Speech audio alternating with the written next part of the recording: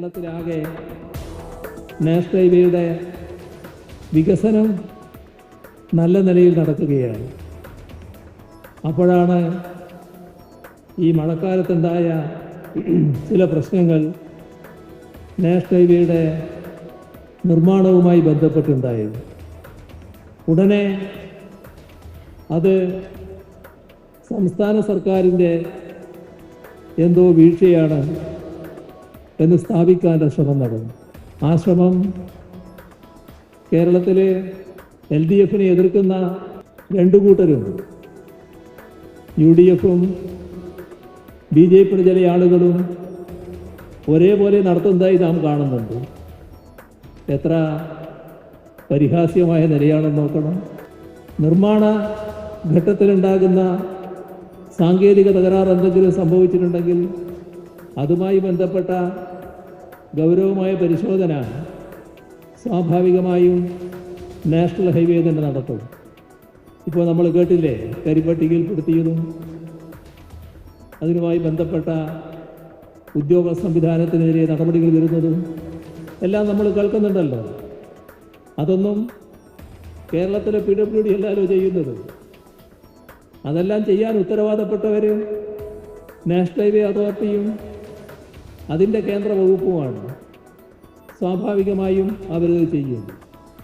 ഒരു ദുരന്തമോ ഏതെങ്കിലും സ്ഥലത്ത് ചില പ്രശ്നങ്ങളോ ഉണ്ടായി എന്നുള്ളത് കൊണ്ട് നാഷണൽ ഹൈവേ ആകെ ഒളിഞ്ഞു പോകുമെന്ന് കാണേണ്ടതില്ല. നമസ്കാരം.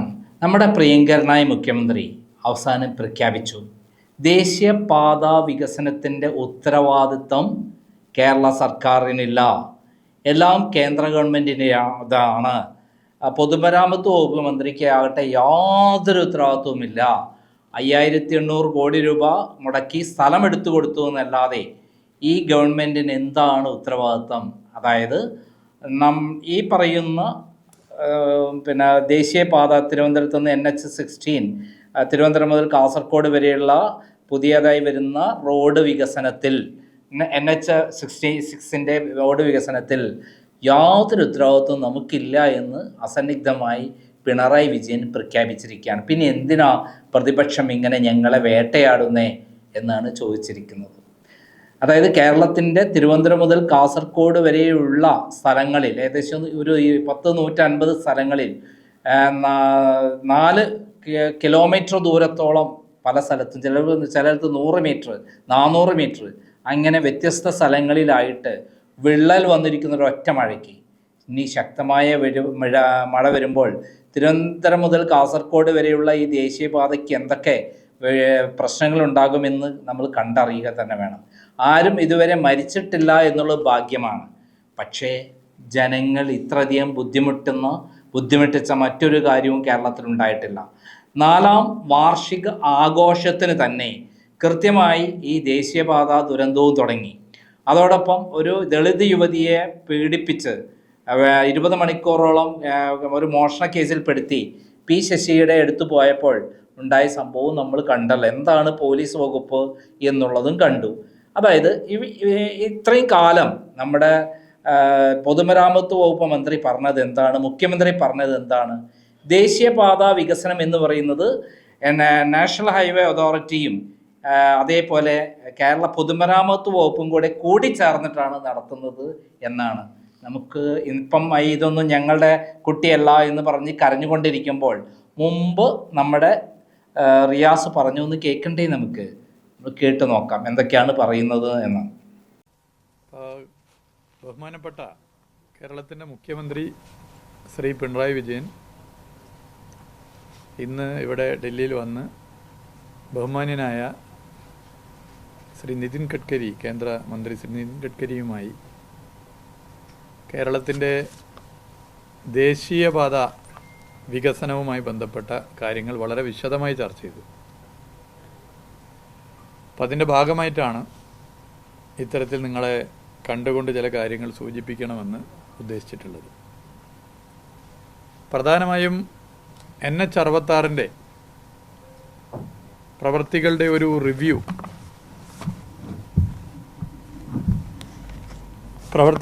റിവ്യൂ ഇതുമായി ബന്ധപ്പെട്ട് നടത്തുകയുണ്ടായി. ഇന്നലെ 3 മണിക്കൂറോളം നേരമാണ് തിരുവനന്തപുരത്ത് ബഹുമാനപ്പെട്ട മുഖ്യമന്ത്രി പങ്കെടുത്തുകൊണ്ട് NH-66 റിവ്യൂ നടത്തിയിട്ടുള്ളത്. ആ റിവ്യൂവിൽ വന്നിട്ടുള്ള പ്രോഗ്രസ്സും അതുപോലെ തന്നെ പുരോഗതി പോലെ തന്നെ ശ്രദ്ധിക്കേണ്ട ചില കാര്യങ്ങളും ഇന്ന്, അതായത് ബഹുമാനപ്പെട്ട മുഖ്യമന്ത്രി റിവ്യൂ നടത്തി, അതായത് അവരും കൂടെ ഉൾപ്പെട്ടിട്ടാണ്, അവരേതാണ് ഈ ദേശീയപാതാ വികസനം എന്നാണ് മുഖ്യമന്ത്രി തന്നെ റിവ്യൂ നടത്തിയിട്ടുണ്ടെന്നാണ് ആര് പറയുന്നത്? റിയാസ് പറയുന്നത്. നമുക്കൊന്ന് പൂർണ്ണമായി കേൾക്കാം. പൊതുവെ 2025 ഡിസംബറോടുകൂടി കാസർഗോഡ് മുതൽ തിരുവനന്തപുരം വരെ 45 മീറ്റർ വീതിയിൽ 6 വരി NH-66 യാഥാർത്ഥ്യമാക്കാനാകും എന്നുള്ളതാണ് കണക്കാക്കുന്നത്. 2025 ഡിസംബർ മാസം പൂർത്തീകരിച്ചാലുള്ള ഗുണം എന്താ മനസ്സിലായോ? ഗുണമെന്ന് പറയുന്നത് അടുത്ത ഇലക്ഷനാണ്. ആ ഇലക്ഷൻ എന്ന് പറയുന്നത് മാർച്ച് മാസം അടുത്ത 2026 ഇലക്ഷനാണ്. അതിന് കൊട്ടിഘോഷിക്കേണ്ട ഏറ്റവും വലിയ സംഭവമാണ് NH-67 വികസനം. കേരളം തിരുവനന്തപുരം മുതൽ കാസർഗോഡ് വരെയുള്ള ആ വികസന പാത കൊട്ടിഘോഷിക്കാനുള്ളതാണ് LDFന്. അതിനു വേണ്ടിയിട്ടാണ് മുഖ്യമന്ത്രി റിവ്യൂ നടത്തിയെന്ന് പറയുന്നത്. മുഖ്യമന്ത്രിയും കൂടെ ഉൾപ്പെട്ടിട്ട് പൊതുമരാമത്ത് വകുപ്പിൻ്റെ കീഴിൽ ആണ് ഈ പരിപാടി നടത്തിയത് എന്നാണ് പറഞ്ഞു കൊണ്ടുവന്നത്. ഈ പദ്ധതി ഒരു സമയത്ത് ഉപേക്ഷിക്കപ്പെട്ടതായിരുന്നു, നിങ്ങൾക്കറിയാം. പിന്നീട് 2016 LDF സർക്കാർ അധികാരത്തിൽ വന്നതിന് ശേഷം അതിനിടയിൽ ഒരു കള്ളം പറഞ്ഞു. പിണറായിയാണ് സാധാരണ കള്ളം പറയുക. ഇപ്പോൾ മോനും കൃത്യമായി കള്ളം പറയാൻ പഠിച്ചു. 2014 ഉമ്മൻചാണ്ടി ഗവൺമെൻറ്റാണ് 45 മീറ്ററോട് കൂടിയുള്ള ദേശീയപാതാ വികസനത്തിന് വേണ്ടിയിട്ട് തയ്യാറെടുത്തതും അതിനുവേണ്ടി മുൻകൈ എടുത്തതും. അതിന് മുമ്പത്തെ ഗവൺമെൻറ്, അച്യുതാനന്ദൻ ഗവൺമെൻറ് പറഞ്ഞത് 45 മീറ്റർ പറ്റില്ല, 30 മീറ്ററേ പറ്റുള്ളൂ എന്നുള്ളത് കൊണ്ട് തടസ്സപ്പെട്ട് നിൽക്കുകയായിരുന്നു.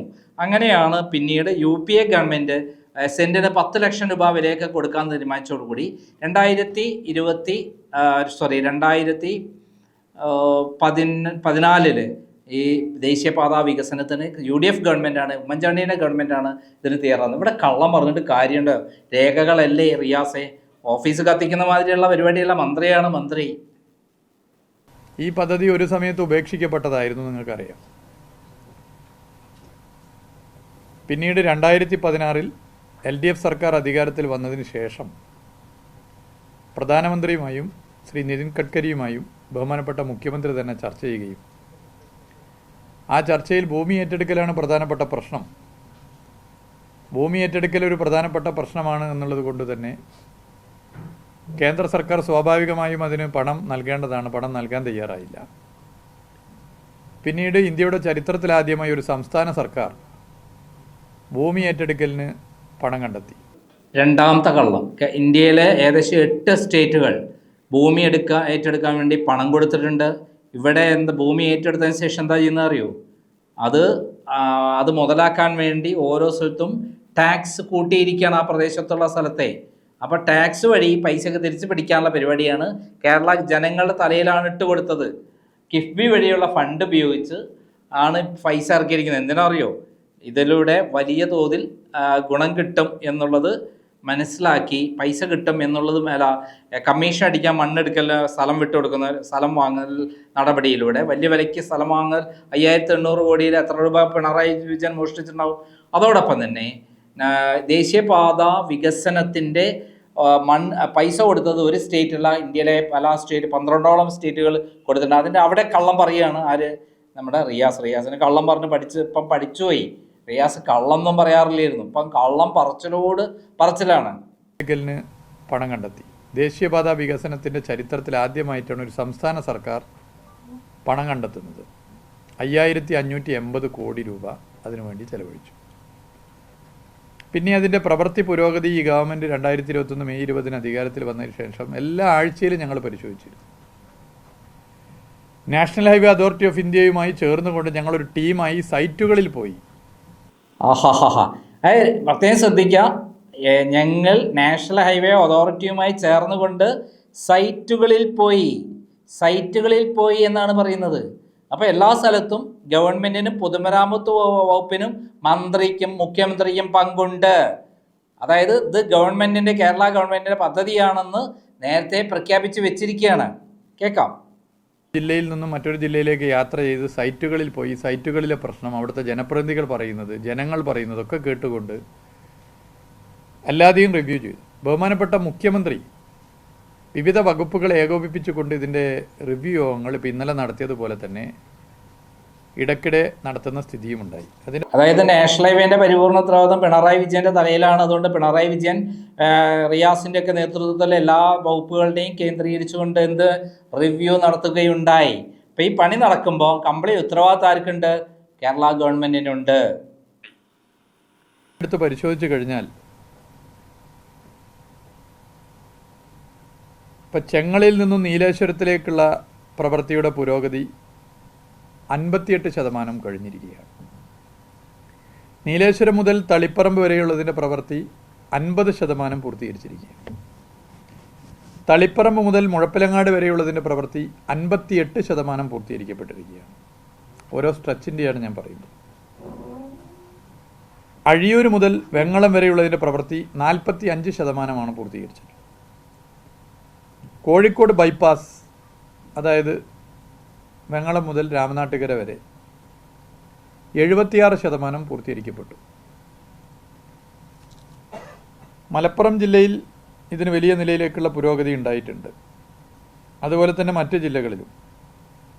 ഇപ്പോൾ നമ്മൾ എടുത്ത് പരിശോധിച്ചു കഴിഞ്ഞാൽ തുറവൂർ മുതൽ പറവൂർ വരെ ആണ് ഇപ്പോൾ 27% പൂർത്തീകരിച്ചത്.